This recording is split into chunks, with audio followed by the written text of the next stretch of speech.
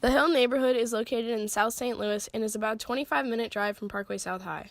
Its boundaries incorporate the area south of Manchester, north of Southwest and Columbia, west of Kings Highway, and east of Hampton. This area gets its name due to its proximity to the highest point in St. Louis, Fairmount Hills.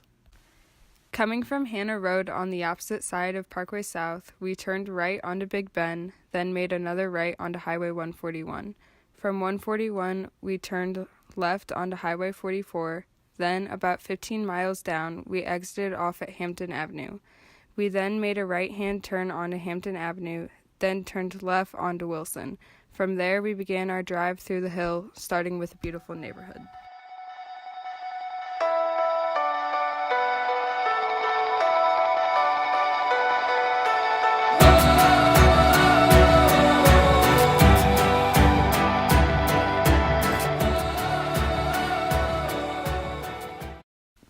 Italians were originally drawn to this area because of St. Louis's rich clay.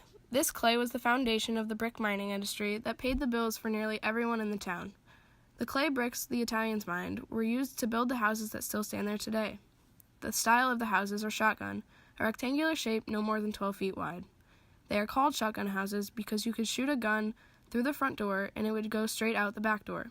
There is only one hallway through the whole house, connecting all of the rooms. Poverty is the only social problem the Hill has ever really faced. This can be seen today by the architecture of the houses. In order to build their houses and garages, residents would pick up broken bricks outside of the brickyards instead of paying for full pieces. You can actually see these half bricks in the original houses there today. Another aspect of the Hill's history that has remained intact from its beginnings is Catholicism. What once started as a small gathering in a wooden building has since been transformed into a magnificent church known as St. Ambrose. St. Ambrose was built in the 1920s fully on donations and labor from the community. The church and its 1906 pre-K through 8th grade St. Ambrose Catholic School got its name from St. Ambrose, a bishop in Milan who later became the patron saint of Italy. There's a lot of rich history in the walls of this church, and it's duly noted. Here you can see all the names of the people and families that donated their time and/or money to make this church as influential as it is today. Some of the people we talked to have been going to this church since the day they were born. Most notably was Joe, a 92-year-old man that told us how he was born with the church. The same year it opened its doors, he came into the world. It was so neat to see how long he has stuck to his roots and been a key part of the Italian community that Joe calls home. Saints play a large role in the Catholic faith. This is exhibited within the cathedral. Along the pews, you can see statues of many saints, both men and women. After speaking to many dedicated members of the church, we learned that for many years, men and women sat on opposite sides of the church, even if they were married or with young children. That tradition has since been terminated, but the statues still correspond with the gender divide.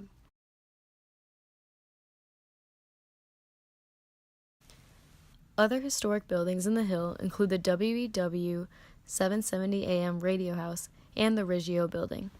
The Radio House held the first ever radio station west of the Mississippi that aired for the first time in 1912, but wasn't officially licensed until April 1921. The Riggio Building is currently Shaw's Coffee, a cute cafe dedicated to preserving the building's history. The space was originally a bank, and Shaw's Coffee made sure to leave the old safes open to the public to see and explore while they snack on a pastry or sip on tea.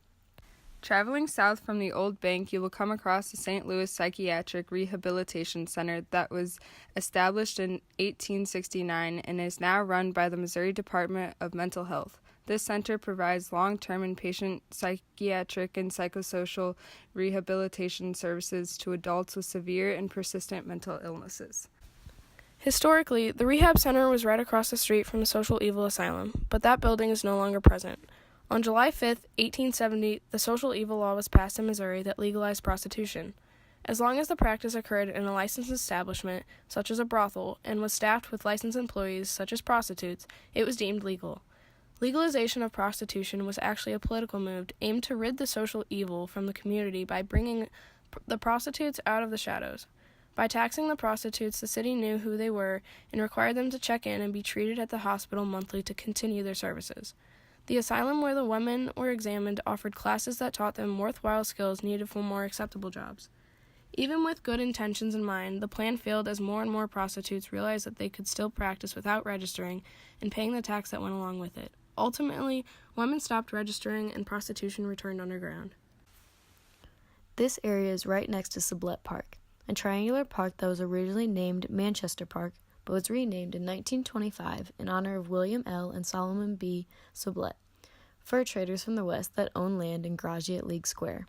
There is another baseball field at Barra Park where the boys would play as well. However, it just so happens it's not named after the Baseball Hall of Famer. In 1965, Virgo Park was renamed Barra after Louis G. Barra, better known as Midge, a longtime political member of this area that passed away. Even so, you could tell these men, as young boys, spent the majority of their time here playing games and having fun. This area has made sure to preserve the history of their talented residents by creating a Hall of Fame down Elizabeth Avenue. Here you will see the plaques with the baseball legends' names along the sidewalks in front of their previous homes. The Hill actually generated a number of talented athletes, and their Walk of Fame proves it. On Daggett Avenue, you can find similar plaques honoring the 5 men from this area that played on the 1950 USA World Cup team that upset the top-ranked England at the time in a 1-0 win. Another widely popular sport in the Hill was bocce, a game where you roll a total of 8 balls, 4 per team, towards a smaller ball on the other end of a bocce board. Whoever's ball is closest gets the point for that round. The first team to 12 points wins. A group of men would regularly play at John and Rose's on the Hill and Milo's Tavern, so they decided to start a bocce club of their own, and thus the Italia America Bocce Club came to be in 1975. The people of the Hill didn't just play baseball, soccer, and bocce all day, every day, though. There were plenty of other places to go and things to do. One of the first shops we stopped in was the Herbaria. The atmosphere and focus of the store is its purity. The company has been dedicated to creating all-natural vegan soaps for decades. They operate entirely out of what used to be half of Spielberg's furniture warehouse and even ship their products all over the world. We took a tour of the soap-making process, and we were shocked at how much time and effort went into making their products, which exemplified the pristine quality of them. The employees were so happy to help and even offered us our own free soap bar around the house. It was such a great representation of how kind the Hill community is. Unfortunately, we did not get to see their mascot, Soapy the dog, but we hope to return one day and be introduced. The people living there all seem to know one another, which isn't surprising considering how many different events take place in their area. One of the largest is the Columbus Day Parade and Festa, otherwise known as Hill Day. The first parade was held near Tower Park in 1867, but has since been moved to the Hill. The parade route starts on Botanical Avenue, then to Bischoff, Marconi, Daggett, and then finally ends at Barra Park, where the community grills food and celebrates for almost the rest of the day. Barra Park also hosts the annual Turkey Bowl on Thanksgiving, where families and friends kick a soccer ball around tournament style while burning off a few extra gravy calories. Then there's Soapbox Derby. The Soapbox Derby is an all-American youth racing program that began in 1934 and for the past 15 years has been held in June. Kids ages 7 to 20 are eligible to race in 3 different divisions based on age and how advanced the driver is. Kids must either have an official AASBD Soapbox car and wheels or purchase a kit and wheels from the All-American Soapbox Derby website to participate. Winners of their division are eligible to move on to the World Championship of Soapbox Derbies. This race is in August at Derby Downs in Akron, Ohio. Hundreds of kids compete in this race over the course of 1 week. At the end of those 7 days, the All-American Soapbox Derby World Champion is crowned. What's great about the Hill, though, is that after a long day of racing, famished drivers and their families can indulge in what this area is most well known for. It's food. There's far too many great restaurants to list all of them, but here's a few. Zia's is an Italian restaurant, which was founded in 1985.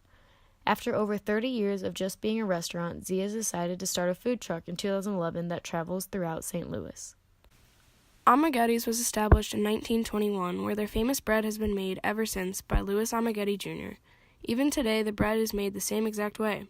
Not only are they known for their spectacular bread, but numerous other foods they offer are known to be the best around. This is a result of the recipes coming straight from southern Italy. Vitale's Bakery has been open since 1976. They are known to have the best cannolis and bread on the Hill, and some say in the country. Tony Caterniccia, the owner and head chef of Tony's, personally prepares all of their traditional southern Italy entrees. On the side of the restaurant, there is a garden where most of the vegetables are grown and within hours are on the plate. Yes, walk through. Wait, do it again. No. Marconi's Bakery was established in 1968 by Mr. Sam. He has been using the same traditions and recipes for over 40 years to get that signature Marconi Bakery flavor. This area has made sure to preserve the history of their talented residents by creating a Hall of Fame down Elizabeth Avenue. Here you will see the plaques with the baseball legends' names along the sidewalks in front of their previous homes. One of our favorite spots on the hill was the Missouri Baking Company. This bakery was opened in 1924 and to this day still sells some of the tastiest Italian cookies, biscotti, cannolis, and danishes you could imagine. Not to mention their famed chocolate drop we all got to try. A dozen cookies were under $6, but stopping at 12 is definitely difficult.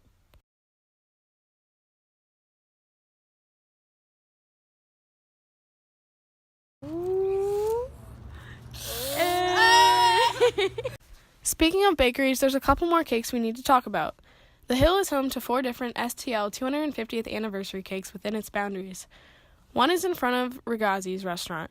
The second is in front of the St. Louis Activity Center in the Southwest Garden. The third cake is located in front of Amaghetti's, and the fourth is at the intersection of Southwest Avenue and South Kings Highway Boulevard. I can't feel that.